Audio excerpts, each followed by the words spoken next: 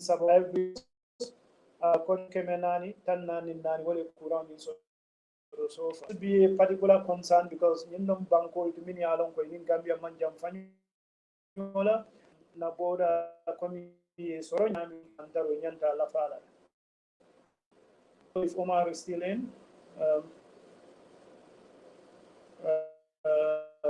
okay, I'm not sure if they are still here, so I will continue. I am here. To emergency, most of these are facts. Those some of these most and anything that usually stop. Yeah, this big destruction to be honest with you. Yeah, Omar, go ahead.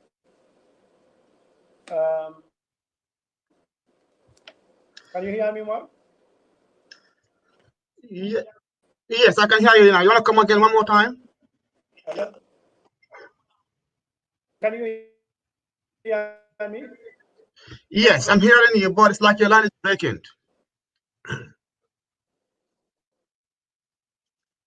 Hello? Thank you, my demand. Yes. Hello.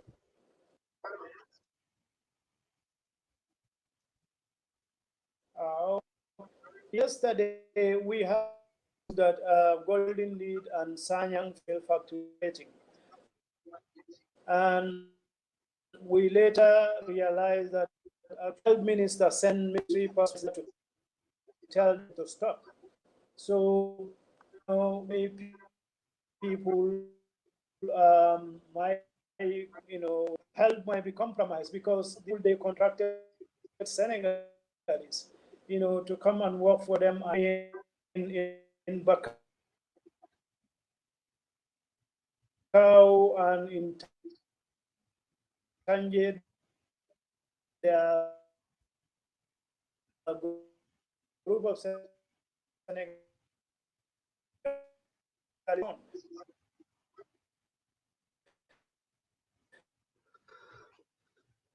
group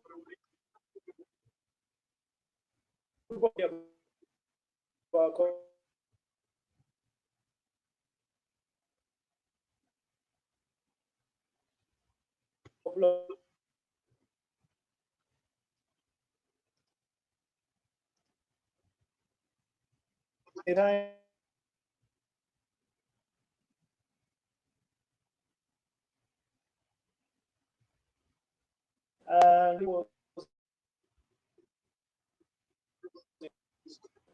fear.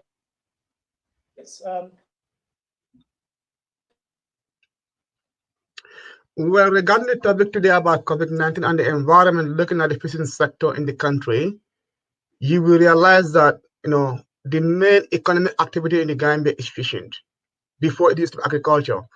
But with the recent trajectory of climate change in the country, most of the coastal communities in the Gambia and people from the sub-region, they are heavily migrating to coastal areas of those countries, not only in the Gambia, but if you look at the case in Senegal, in Mauritania, in Guinea-Bissau, archipelagos in Guinea-Bissau, in Guinea-Conakry, in some part of Nigeria, Liberia, and Sierra Leone, people are trying to move down to the coastal areas so they can at least have something from the fishing industry. So with the outbreak of the COVID-19 pandemic, I think there's supposed to be a serious cause for concern because you have different people from different walks of life spending at least a full day together from the morning all the way to evening time, trying to run their daily errands. This is something that we need to critically look at here in the simple sense that nobody can ascertain who is the main carrier or who's going to be the potential transmitter of COVID-19. Yes, from the official data we have right now, is Gambia got only 4, but still now they are running, new tests because even yesterday there was a new release of new information about the number of people that they tested. All the tests that have been run so far prove negative. There's no confirmed cases yet, but that should not mean that we have to surrender. We have to be relaxed and we have to be like, be at our comfort zone to say that, what, we don't have any COVID-19 in the Gambia, so people can go about with their normal businesses. Since The Ministry of Health in the Gambia, in collaboration with the Gambia government, have declared a state of emergency. I think every Gambian is supposed to comply and abide by that declaration, in the simple sense that, if there's any health catastrophe in the country, it's not only going to affect, the people who are involved, but there's a likelihood that it's going to transmit or transfer from not only in those visiting villages, but to other part of the country. So everybody have to be a watchdog. Everybody have to be on their feet to make sure we all stay at home. We all comply with the official, announcements or declarations with regards to state of emergency.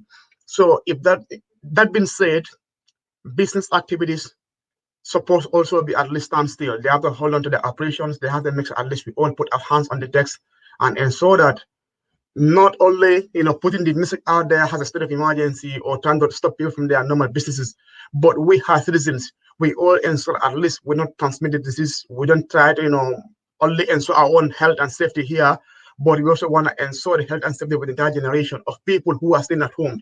Because if you go out about with your normal business, you happen to get the COVID-19, the next people who are going to be potential victims here is the people that you come in contact with.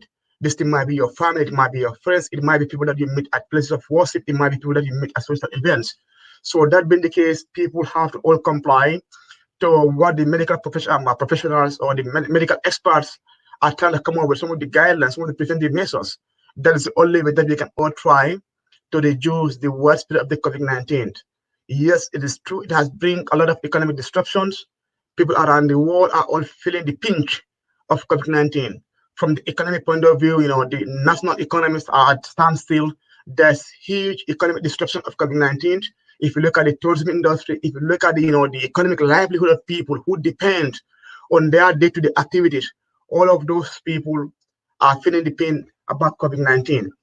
So if that's the case here, Gambia is not an exception. The citizen activity in the Gambia supposed to look at mechanisms, some plans, and some sort of protocols of which we can support the need of the local people. How much fish do they need to eat? So if we are talking about that, we are not thinking about things at a large scale activity, whereby we can try to have at least fish meal factories, running their full-fledged operations, people going about with their normal businesses, people mingling and running about, in all these coastal villages. We'll have protocols in place to ensure there is proper social distancing and there's proper physical distancing.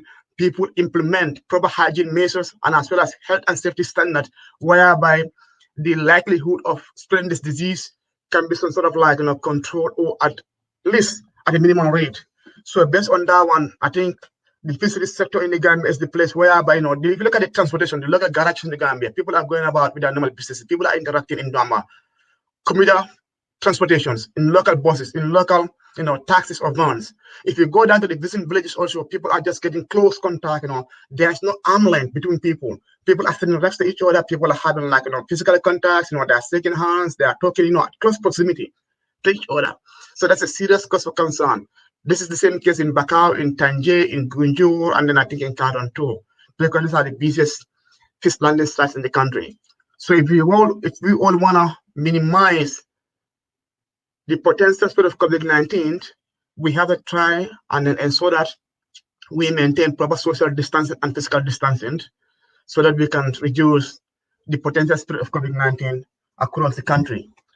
This is supposed to be a sacred duty for all citizens. That being said, the daily livelihood of how people are supposed to survive should also be a key concern here. It's supposed to be a key concern. It's like Ahmed is kind of dropped down right now.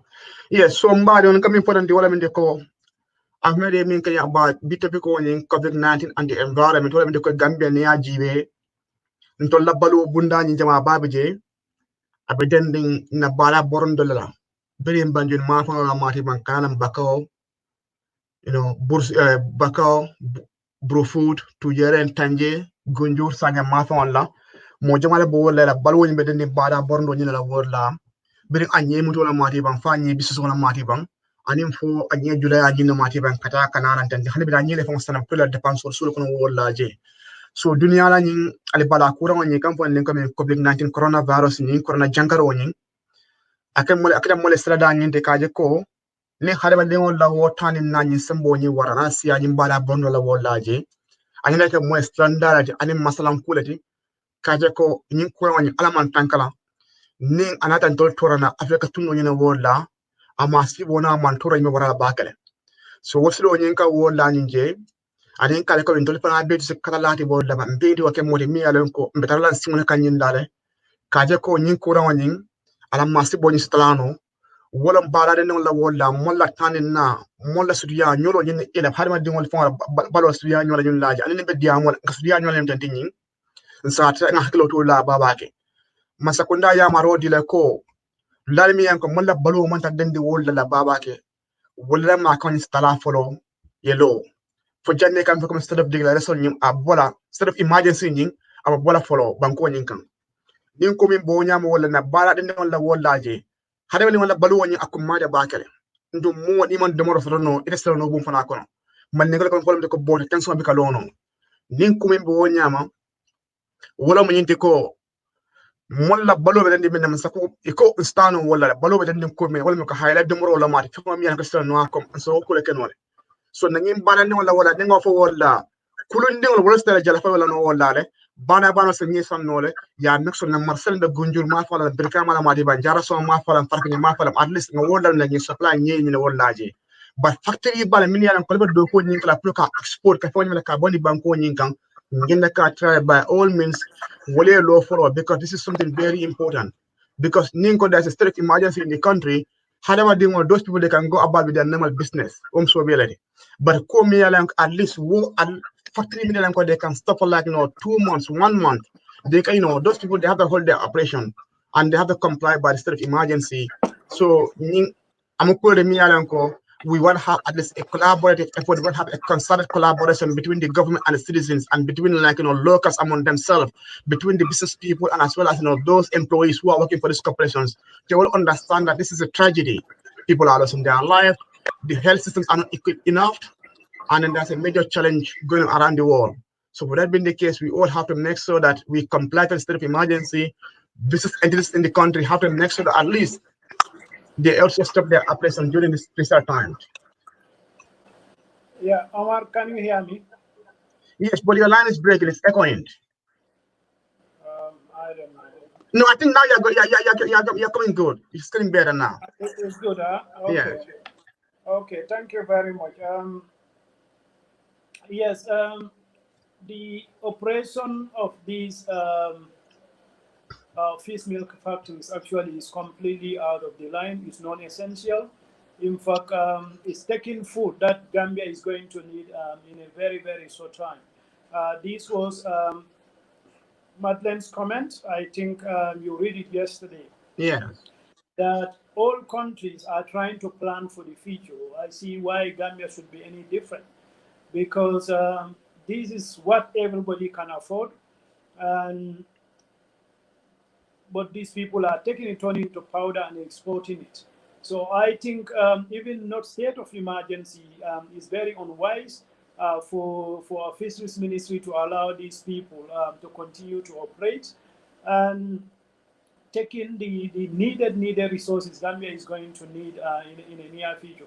And also, I was talking to Dauda saying this is a good opportunity for our overfish our ozone to recover. That means if they continue to monitor our ozones properly, because the Chinese also and also European Union, they are busy in our ozones all the time, try to steal our food. So your take on the fish stock and why we need this window, of opportunity, let our window to let our stock to recover for a while. Well, I think what people have to understand here is if you look at even the Gambia fisheries policies, there's what they call close sea. Sometime around the June, July, somewhere around the rainy season, they have what they call the close sea. And then the close sea basically is like the close certain of non-economic activity. And that closure of the sea, it allows the fish population to rejuvenate, because that's the time fish will lay their eggs and then the young ones will hatch and then they go back into the ocean. So we have to look at them from sustainability point of view, because all this, environmental resources or natural resources, they need to bounce back. The population need to bounce back. And how do we ensure they bounce back? Which means people have to reduce the way we harvest that kind of resources or those kind of resources. Let's say for the fish, or let's say for the night, for the forest. How do we cut down our timbers? How many amount of boats goes into the ocean? How many amount of quantity of fish do they catch? What is those metric tons? And do we allow the population to regrow back again to their normal threshold? So for that being the case, during this state of emergency, it's a very big opportunity for us to allow the fish population, because they are migrating. They are migratory species. If there's less, if there's less disturbance in the in the water, if there's less human activity, which means the fish are gonna feel like so much happy. They can migrate from the Senegalese region to the Gambian region. They can migrate from the Mauritanian border to the Gambian area. They can migrate from the Gambian area to the Senegalese area, and also to the Mauritanian area, to Guinea-Bissau area, and also like Guinea-Conakry area. Because at this particular moment in time, there is less fishing activities going on in the Gambian water, and as well as in the Senegalese waters. So if that's the case, that is going to give a great opportunity for the fish population to feel free, because there's less human activity in the water for them to migrate from one region to another. And that means if there is no state of emergency, if people happen to go back to the water, there's a high assurance that they're going to have good catch. Yeah, thank you very much. So looking at things from the food security point of view, the arrival of fish meal factories in the Gambia have breed a strong competition, because right now the fishermen have their own leverage, they are their own disposal to decide whether they're gonna sell their fish to the local bananas, or they're gonna sell their fish to the or they're gonna sell their fish to the companies. If they are sell their fish to the local bananas here, we're talking about that fish is gonna land on the dinner table of the Gambian people. But if they're gonna sell their fish to the factories down there, we're talking about the fish being processed into either the powdery form or to the oil form and be exported out of the country here. So which means there's gonna be a serious food insecurity among the Gambian people. But locally also it's gonna undermine the social cohesion among the Gambian people, because they'll be like, what, you're supposed to sell this fish to me here. You were selling your fish to me before the arrival of these companies here. But right now we have the companies. Now you are diverting that sell to other, to other avenue. Yeah. So we look at things from food security. We look at how does the entire arrival of this company undermine social, cohesion among ourselves. We look at how is average Gambian people who were like progressive in the fishing industry in the Gambia, who were progressive, who were employing our own Gambian people in this sector right now. Most of them are not out of the value chain. Yeah. Can you hear me, Omar? Yes. Okay, let me just summarize that quickly in Mandinka. What Omar is saying, if this is a good opportunity, because the fish stock we are talking about, that's the small pelagics, they are migratory species. They will move from Mauritanian waters to Gambia and to Senegal. So depending on the total number of fish activity, that will give them time. If they nearly realize that there is less fishing activity in Gambia back, they will of course congregate there, and will give Gambia more time now. Stock increase.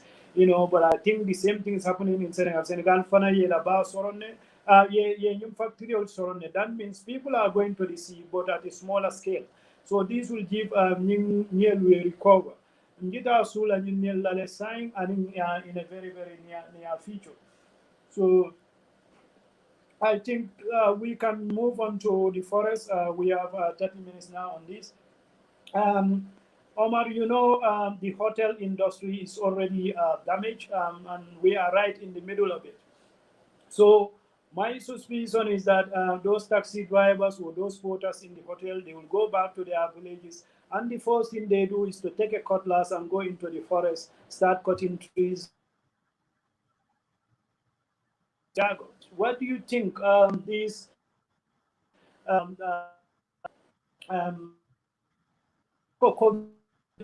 hotel we've seen, or job opportunities anyway, generally in the Gambia? What do you think will be the impact on our forest cover? Well, it might have a potential impact and also a negative impact, because right now there's less tourist activity in the country. if you look at the main attraction sites in the game, it's more of like going down to the national parks or going down to like small forests or the bushes in the country here.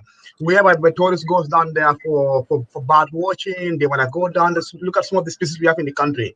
That means more vehicles enter into our forest parks, more vehicles enter into our bush. There's too much CO2 emission. There's too much of like noise pollution that is going to affect those wildlife population down there. If you look at the number of like tourist taxi drivers traveling from Gambia to Senegal to go to Nyokologaba or Fatala, you're talking about too much of CO2 emission. But this is where those people also earn their living. That's like at a very minimal rate. But then if that economic activity has been disrupted, it's brought down to its knee. Now those people who are engaged in that activity, they have to look for alternative livelihood sources.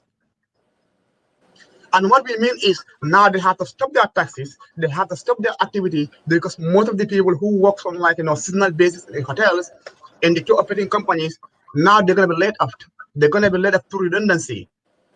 So which means at least they have to go back to the village or they have to go down to towns and engage in other economic activities. So that means some of them might be like, let's say they might be involved in like, looking for firewood, they might be involved in looking for charcoal, or they might be involved in other activities. They might go down to at least a forest patch trying to clear it for their next farming season. So above all, what we are looking at here is the disruption of their activity is going to be heavily impacted, but that also supposed to be a serious cause for concern. What other economic livelihood venture are they going to be involved in? So that being said, there's a higher, assumption that some of these people might look for other avenues that might affect the environment. Yeah, that's rather unfortunate.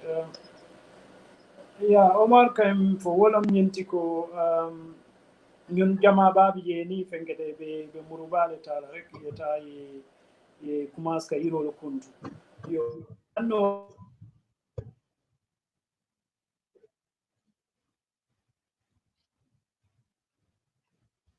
hotelol kana tibabol le fe wo tibabol bika tu hotelo dammago e ka bo hotelol tole yeta forest park yol to kata wildlife yol jibe that is in kata Senegal, Southern and Senegal itself, kata big James yol jibe. Yo wolbe be kuntula molle wolbe to do ko so wolla do kol be talala jama babi je abatin be murwal ta be kata bulani illegal logging kono walla ka lo fengo kuntu lo kuntu ka sambanan ka wafto the general public walla ka ke kemboti da so COVID-19 ala ife ka manke ko abe balu da malta ala but yirol fanan will suffer to create a stance because na jele Gambia even though Gambia is supposed to be charcoal free, but near Jibe, that's completely different. Dauda Jibe Mulka tele use and in lo Puruka Tabirolke. So Yimbe press for la fala na forest and not only in the hotel industry. Yin link business but mababi if a fundi la kamuri la village is also because the cost of living cheaper and this is an manual job ke coming in low control venami so all mare wol fo mu gunda to mi yalan ko man senyan ta jibe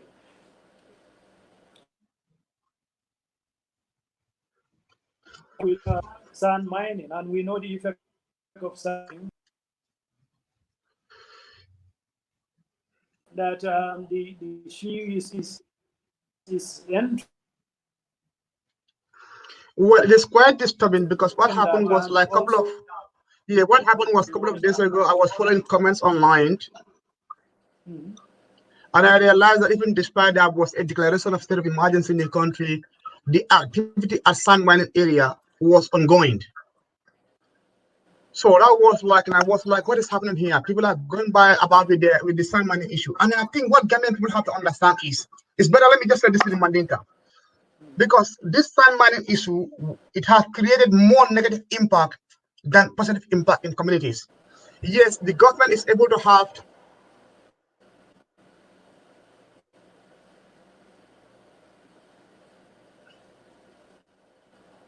Can you hear me?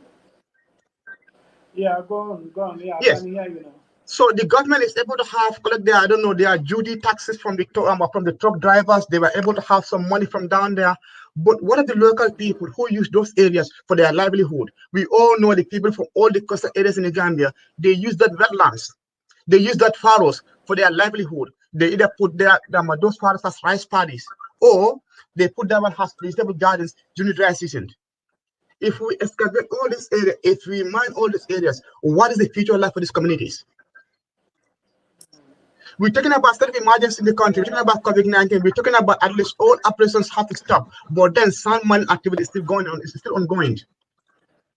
The intestine finance and even in Gunjur is they were selling the farms of local women in the in Gunjur without their consent.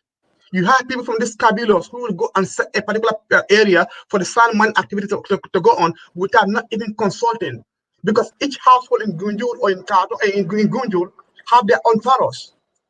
But you have individuals in those kabilas who are not selling those lands to these people for them to mine.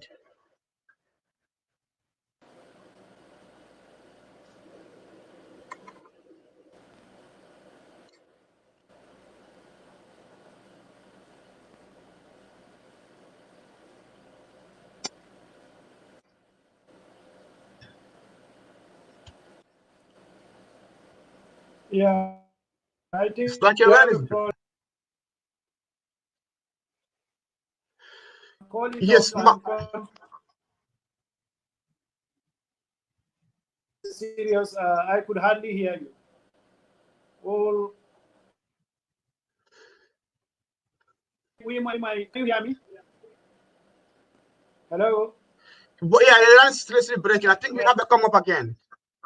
Yeah, I said there is a problem with the network. I'm not sure where it is. Maybe we have to wind it down till Monday. We'll continue. I'll think. Okay, okay. Yeah, thank you.